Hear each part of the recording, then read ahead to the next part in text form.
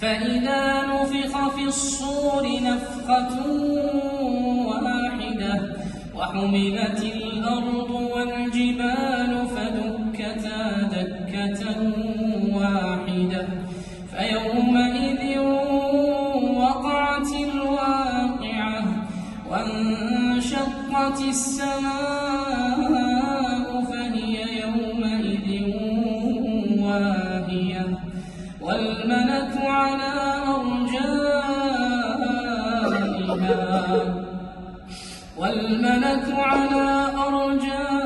أرجائها ويحمل عرش ربك فوقهم يومئذ ثمانية يومئذ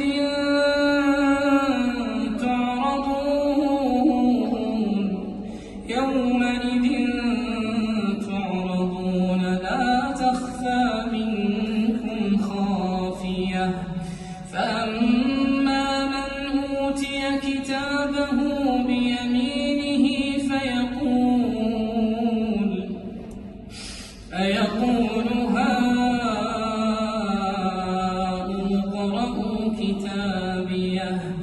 إني ظننت أني ملاق حسابيه فهو في عيشة راضية في جنة عالية قطوفها دانية كلوا واشربوا هنيئا بما أسلفتم في الأيام الخالية وأما من أوتي كتابه بشماله فيقول يا ليتني لم أوت كتابيه ولم أدر ما حسابيه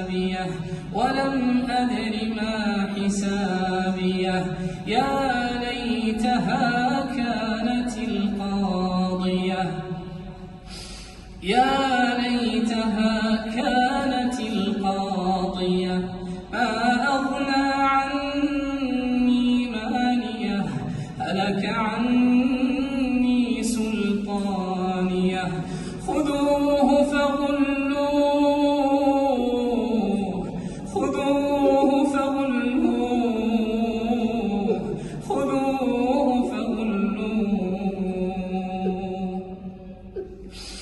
ثم الجحيم صلوه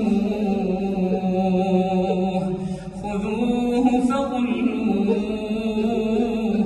ثم الجحيم صلوه ثم في سلسلة ذرعها 70 ذراعا فاسلكوه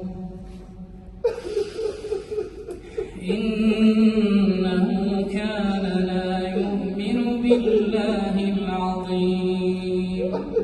ولا يحض على طعام المسكين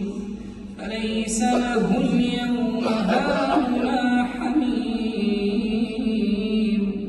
ولا طعام